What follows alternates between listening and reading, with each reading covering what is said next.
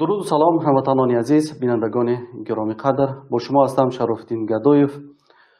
рӯзи 1 марти соли ҷорӣ дар Тоҷикистон интихоботи парлумонӣ баргузор мегардад. дар ин интихобот 7 ҳизби сиёсӣ иштирок мекунанд. ҳоло барои мо як фурсати муносибе дастрас шудааст бо яке аз раҳбариятҳои ин ҳизб, ҳизби демократии Тоҷикистон, муҳтарам Сайҷафар Усмонзода як суҳбати самимона ва ошкоре дошта бошем ва баъзе суолҳо дар мавриди интихобот ва берун аз интихобот, масъалаҳои иқтисодию иҷтимоию сиёсиро низ дар ин суҳбатамон дошта бошем. ҷаноби Сайҷафар Усмонзода, хуш омадед ба барномаи мо. Салом, дуруду салом ба шумо. درود و سلام هم به شما. سلامت باشید. تشکر. نخستین سوال ما این است که آمودگی‌ها به انتخابات در پیش ایستاده چگونه است و حزب شما چند نامزد به پارلمان پیشنهاد کرده است؟ خب حزب دموکرات در این انتخابات البته با برنامه نو، با نگاه نو مثلا ما آمدیم. اکنون ما از روی خط حزبی 4 نفر پیشنهاد کردیم و از روی مثلا حوزه های یک مندتی 8 نفر پیشنهاد کردیم. البته این انتخابات پهلوی خودش دارد، یعنی پهلو با اون مقصد است که برنامه حزب گوناگون می شوند، چون امکانات اقتصادی کشور دیگر می شود، طلبات جامعه هم دیگر است. از این رو البته هر یک انتخابات از دیگر با ظرفیت با دیگر مثلا پهلوها فرق میکند و ما نیز در این انتخابات با برنامه مشخصی آمدیم که فکر میکنم که این مشکلات جامعه است، مهاجرین است و دیگر پهلوهای اقتصادی کشور است. ببینید این انتخابات در پیش ایستاده از انتخابات سال 2015 چه فرقیتی دارد؟ در انتخابات سال 2015 8 حزب سیاسی اشتراک ورزیدند و در این انتخاب 7 حزب سیاسی. شما فکر میکنید که چیزی از آن دوره تا این دوره عوض شدند؟ شرایط ها دیگر شدند؟ امکانیتی در پارلمان راه یافتن نامزدهای شما بیشتر است؟ ببینید عموما اطلاعات در جامعه دیگر شد، اطلاعات، چون که تاجیکستان هم عضو جامعه جهانی است. ما تمام تحولات، تمام برد و باخت، تمام پیشروی که در جامعه چی در کدام ساحه‌ای که نباشد به تاجیکستان تاثیر خودش میکند. از جمله 2015 البته امکانات دیگر بچی، امکانات اقتصادی برای تاجیکستان و اینچنین تفکری مثلا جهانی شوی مردم، یعنی بیشتر تکیه کردن یا اینکه قبول کردن یا که عملی کردن ارزش‌های دموکراتی. البته تاجیکستان فقط عبارت از یک حکومت نیست، اینجا باز دولت است، حکومت است در اینجا که حکومت است که مثلا البته هم ارزش‌های زندگی ما را تامین میکند، ولی بغیر از این جامعه است که فقط حکومت نمیتواند جامعه را بسازد. مردم جامعه، مردم تاجیکستان در یک جای باید جامعه را بسازند. از این رو پیشروی در همه پهلو است. یکی از اون پیشروی این مثلا مسئله راغون است که اکنون الان خودش یک راغون میتواند با تمام برنامه‌های اقتصادی دلخواه حزبی که دولت تغییرات وارد کند و نگاه‌های تحلیلی، پیشنهادی، اید رشد تاجیکستان، پیشنهادها مثلا و دیگر پهلوهای اقتصادی و دیگرش همین است که البته هر یک امکانات های سیاسی و نگاه سیاسی دولت در اساس امکانات های اقتصادی برپا می شود و امکانات های سیاسی را البته نیروهای اقتصادی قوت می بخشند. برای همین البته هر یک انتخابات مثلا در همه دولت به یک طرز نمیگذرد، چون که جامعه دیگر می شود و دیگر پهلوهایی که من گفتم. ببینید جناب سجفر، شما در مورد انتخابات راغون را هم در اینجا آوردید که می تواند یک برنامه باشد عوض کند وضعیت را کمی دیگر. آخران هم حکومت تاجیکستان تصمیم گرفت که راغون را از بند 9 قانونی درباره خصوصی‌گردانی اموال دولتی بیرون سازد. یعنی در بند 9 این قانون مذکور قید شده بودند که این ابیکت های اهمیت استراتژیکی دارند و نباید این ابیکت ها خصوصی گردانده شوند و پرزیدنت هم قید کرده بودند که این راغون مال ملی است و باید که این از جانب از بودجه دولت از نیروی مردمی ساخته شود. امروز دو چرخه نیروگاه برقی آبی راغون به کار درآمد و ضرورتی با این قانون تغییر وارد کردن را هم شرح میدن که برای جلب سرمایه برای ادامه ساختمان راغون و شرکت الومینی تاجیک کم در اینجا هم خوش کردن. یعنی امروز چرا پرزیدنت این فکرش رو تغییر داد و حالا برای فروختن خصوصی‌گردانی شرکت سهامی برق آبی راغون آمده است که این را سهمیه‌اش رو به خارجی یا به شخصان دیگر فروشد؟ ببینید پهلوهای گوناگون دارد. پهلوش همین که سرمایه‌گذاران وطنی و خارجی که هست در خارج هستند مبلغ دارند، در اونجا مثلا مهمانخانه ها میسازند و دیگر مثلا انشاءات استحصالات میسازند. خب امکان داشته باشند که اکسیه های مثلا سهمیه های راغون خرند. این چونین سرمایه‌گذاران خارجی امکان دارند که از این بخرند، از مثلا از سهمیه های راغون. وقتی که یک آدمی ثروتمند اروپایی از تاجیکستان از راغون سهمیه میخرد، خواه ناخواه همون تاجر خارجی البته در کشور خودش و در اون منطقه آبرو و اعتبار کلان دارد، نفوذ دارد، تأثیر بخش است و فکر میکنم که در همه مسائل دیگر مشکلاتی که در تاجیکستان پیدا می شود وقتی که مالکیت در تاجیکستان دارد و منفعت های تاجیکستان حمایت میکند. وقتی منفعت تاجیکستان این منفعت همون سهمیه خودش است که در اینجا دارد. مثلا این تجربه بیشتر در ایران دیده می شود.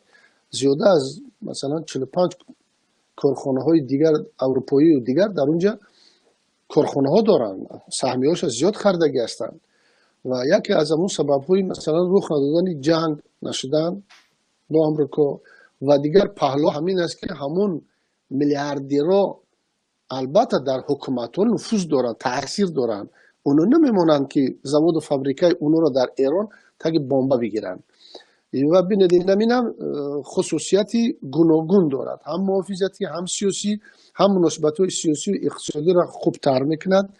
جلب سرمایه وقتی که یک تاجر سهمیه میخرد البته همه پهلوهای زندگی تاجیکستان را تحلیل میکند، البته خطرهای افغانستان رو میبیند، دیگر خطرهایی که هست و امکانیت ها و البته تاجر البته مقصدی فایده گرفتن دارد و در این جوده ببینید او هم فایده میبیند و هم در دیگر مشکلات های احتمالیت پیش آمده میتونه تاجیکستان را دستگیری کند. برای همین در دنیا همه این تجربه همه دولت های دموکراتی دنیا هست. ما زینه به زینه شکل عوض میکنیم، نمیتوانیم که همه چیز مملکتی تاجیکستان گفته مثلا یا شخص گفته یا نفر دیگر بگیم و دیگر وقتی میبینیم که نفرهای ما مبلغشو کمتر است بعضی دودلگی ها دارن، بعضی نوباوری ها دارن. خب هستن مبلغ گذاری خارجی هستن که اونو مثلا میتونن بیان مبلغ گذاری کنن. البته ما 100% در نظر نداریم که راغون 100% به یک خارجی فروخته بشود، هیچ وقت این کار نمیشود. برای همین یعنی فروختن این سهمیه، اشتراک تاجران خارجی در مثلا کار راغون، این پهلوهای هم سیاسی هم اقتصادی و دیگر مثلا دارن. فکر من است. ببینید سال 2009 وقتی که فروش سهمیه ها رو گذاشتن، حتی بسیار از تاجرها رو مجبور کردن و مخصوصا من خودم در 500,000 سامانی سهمیه های آبی راغون رو در دست دارم و دیگر تجارها هم مجبورند یا به هر راهی از آنها دعوت کرده شد این سهمیه رو خریدن و 200 میلیون دلار در آن دوره جمع آوری شده بود برای ساختمان راغون. یعنی در آن دوره با هر راهی بود که مردم در این انشاءات تی اهمیتی مهمی ملی داشته سرمایه گذاری کردن. یک تا اون دوره یک باوری هم به حکومت بود، باوری هم به آینده بود که این عمل انجام می شود. اگر که آزم حالا ما دو چرخه این راغون را به کار در آوردیم، خوب نبود که از جانب همین خیلی صاحبکاران، ما صاحبکاران زیاد داریم بیرون از وطن خودمان، صاحبکاران تاجیک این مسئله را بر دوش می گرفتند یا اینکه صاحبکاران تاجیک به حکومت کنونی باور ندارند، یا در اینجا چی است؟ ببینید یک چند پهلو است که اگر شما مثلا در 500,000 سهمیه خریده باشید، روزش می شود که همین سهمیه شما رو در 5 میلیون از شما میخرن، ممکن 10 میلیون هم بخرن. چون که راغون در مناطق آسیای مرکزی که در اینجا افغانستان است، یک قسم پاکستان، آسیای مرکزی که طلب مثلا قوه برق خیلی زیاد است، بسیار یک ساختمان نادر است. برای همین سهمیه های اینو را میخرن و من باور دارم که اون مردمی که در اینجا خرید، اونا سهمیه هاش ده چند زیاد شخصیت پیدا میشود میخرن. این پولا نمیسوزد، دولت است. ببینید بعد اینکه دولت برای یک 10,000 و 20,000 و 50,000 این میجخشه پس نمیکنند.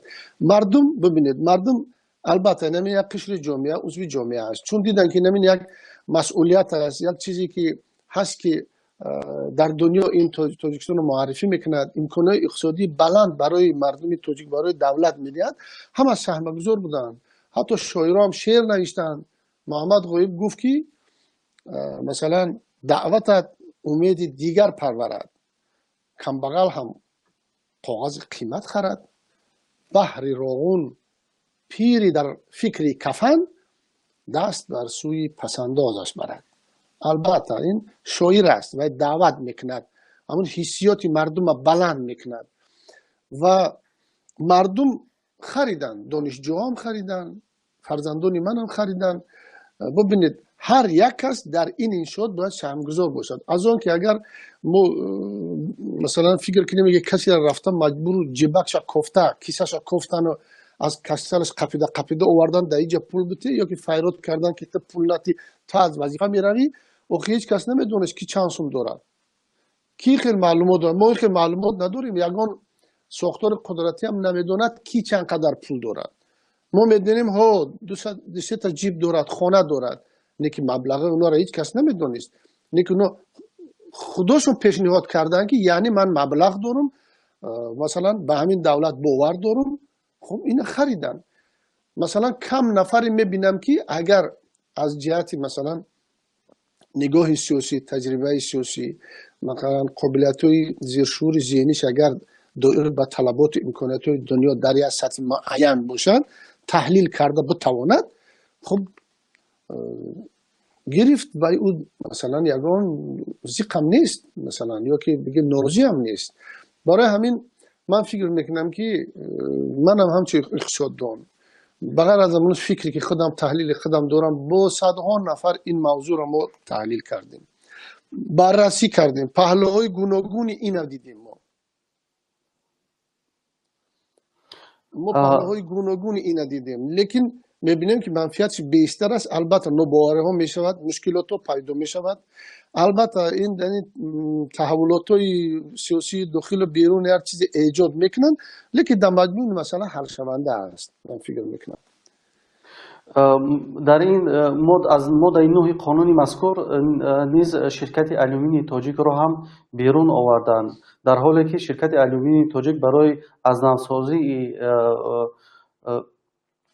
این شرکت از طرف کشور چین 500 میلیون دلار علاقه سازشنامه به امضا رسیده است. چه ضرورت بود که باز برای شرکت آلومینی تاجیک سهامگذارانی از خارج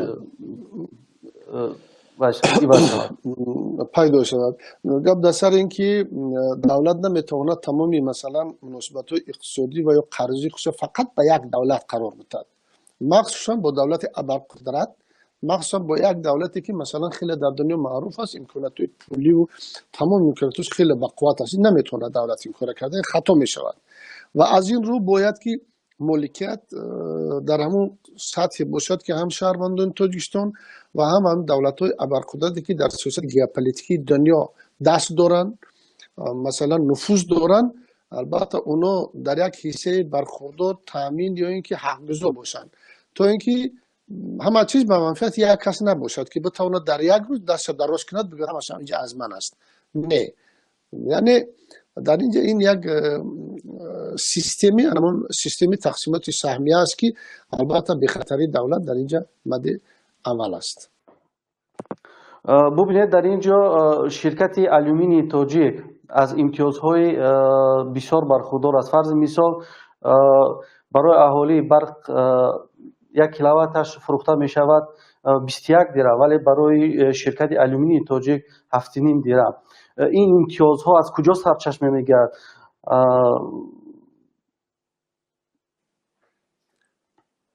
ببینید وقتی که ما بعضی قرض‌هایی که میگیریم، در قرض‌ها اونجا مثلا چی دارد؟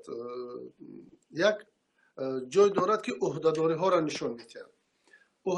عهده‌داری های طرف که منبع‌های برگرداندن قرض، یعنی در هر یک همون شرطنامه وقتی که قرض میتین، وقتی که برخی تاجر گرفت در اونجا منبع را نشان دادن که از کدوم مثلا شما قرض میگیرید، لیکن پول از کجا میتین، قرض از کجا میتین و یا همین خیلی سوال ها میمونن. خب در اونجا نوشتگی بودن که مثلا اگر در حالتی که ما در مدت معین یا که بر وقت نگردوندیم، خب از حسابی مثلا نرخ چیز احواله، این همون تشکیلات قرضیه که قرض دادن، اونا این چیزا موندگی بودن که منبع اساسی رئالی شما، رئالی این از مردم نرخ بلند کردن است. خب دیگه منبعی که مثلا از شرکت آلومینی مثلا اونو همین خیلی معلومات هم پیدا شد که اونو همین منبع را قبول نکردن. اونا گفتن که این منبع شده نمیتواند، میتواند که این اگر شرکت شما کساد شود یا که از کار بماند یا که حالت دیگر بشود، یعنی امکان پذیر پرداخت قرض از این پهلو مثلا برای ما کم است.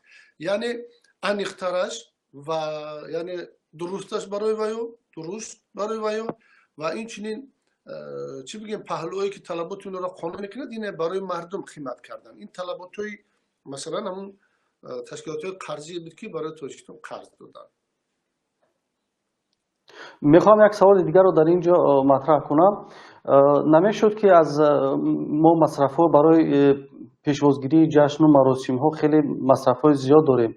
فرض مثال ما در عید کدو، خربوزه و دیگر عیدهای رو هم بسیار با شکوه میگذرانیم و مردم ما مردمی بسیار کمبغلند و سطح زندگیشان خیلی پایان است. نمیشد که بجای این همه مبلغ های کلان را برای گذراندن این جشن و مرکه های با شکوه مصرف نمی‌کردیم و به ساختمان نیروگاه راغون روان می‌کردیم که این